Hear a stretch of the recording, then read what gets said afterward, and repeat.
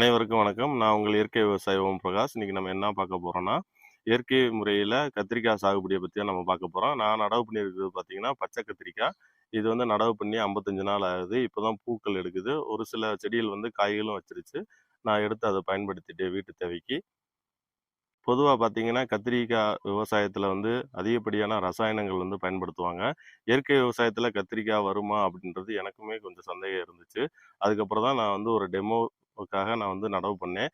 கிட்டத்தட்ட இது வந்து ஒரு 500 நாத்துகள் வந்து நடவு பண்ணியிருக்கேன். இப்போ வந்து நல்லாவே ரிசல்ட் இருக்கு. இதுல நான் எப்படி நோய் கட்டுப்பாடு, அப்புறம் வந்து பூச்சி தாக்குதல எப்படி நான் கட்டுப்படுத்தினேன் அப்படின்றது தான் இந்த வீடியோல நம்ம பார்க்க போறோம்.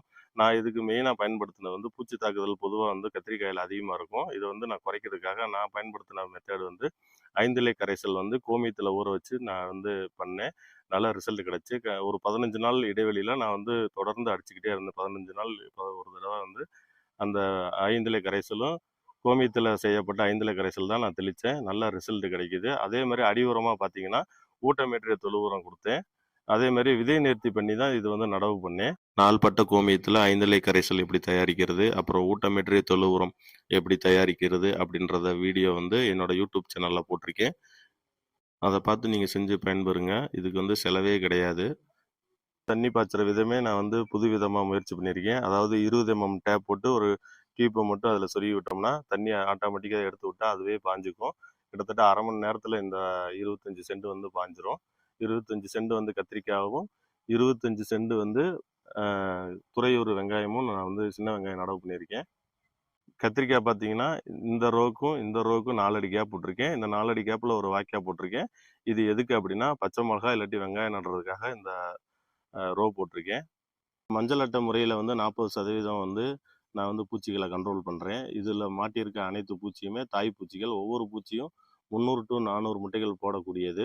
நம்ம ஒரு பூச்சிய பிடிச்சிட்டாலே 400 முட்டைகள் போட வேண்டியத வந்து நம்ம தடுக்கலாம். இந்த மாரி தான் நான் வந்து என்னோட ஃபீல்டுல வந்து யூஸ் பண்ணிக்கிட்டு இருக்கேன். பார்த்தீங்கன்னா, கத்திரிக்காய்ல காய்ப்புழு, தண்டு புழுவ கண்ட்ரோல் பண்றதுக்காக கருவாடு போட்டு 1 லிட்டர் வாட்டர் கேன்ல கொஞ்சம் வந்து 1/4 லிட்டர் தண்ணி பிடிச்சிட்டு, அதில வந்து கருவாட வந்து பிச்சு பிச்சு போட்டுருவேன். போட்டோம்னா, நீங்க வந்து அந்த காய்ப்புழு, தண்டு புழுக்கான பூச்சிகள் வந்து தாய் பூச்சிகள் இதில வந்து மாட்டிக்கும். வீடியோல பாருங்க உங்களுக்கு தெரியும். இதில வந்து தீமை செய்யக்கூடிய ஈக்களும் இருக்கு. அந்த காய்ப்புழு, தண்டு புழுக்கான அந்த பூச்சியும் இருக்கு. இதுதான் அந்த தண்டுல போய் முட்டை போட்டு புழு உருவாக்கி அந்த புழு தண்டுகள திங்கிறது. இந்த மாரி முறையில நம்ம கட்டுப்படுத்தலாம். இதுக்கு பெரிய செலவெல்லாம் இல்ல. இது வெறும் ரூ. 10ல முடிய வேண்டியது. நீங்க இந்த மாரி நீங்க கட்டுப்படுத்திக்கலாம். நான் இந்த மாரி தான் பண்ணிக்கிட்டு இருக்கேன். இந்த வீடியோ உங்களுக்கு பிடிச்சிருந்தா மறக்காம ஒரு லைக்கை தட்டி விடுங்க. மீண்டும் அடுத்த ஒரு நல்ல பதிவில் சந்திப்போம். நன்றி.